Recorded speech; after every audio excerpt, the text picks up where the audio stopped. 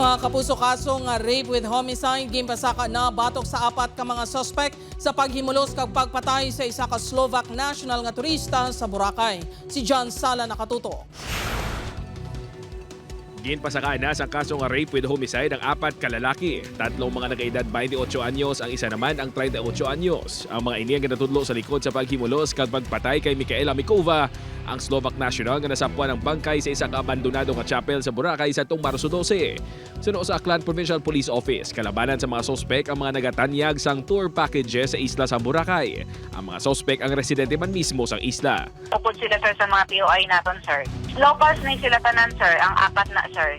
Wala pa madakpan sa mga kapulisan ang mga sospek apang ginapaidalom na sa surveillance kag monitoring. Pasalig man sa kapulisan nga inti makapalagyong mga sospek antes maserbi ang warrant of arrest. Ginahatag naton assurance sir sa public nga although regular filing siya sir, wala pa naton sila na arrest. Closely monitored na sila sir kay syempre ang fear din na sang iban sir kasi makaubra pa pala sila sang another crime.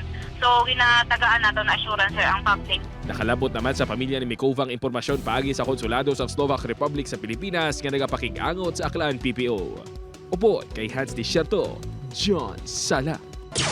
1 Western Visayas.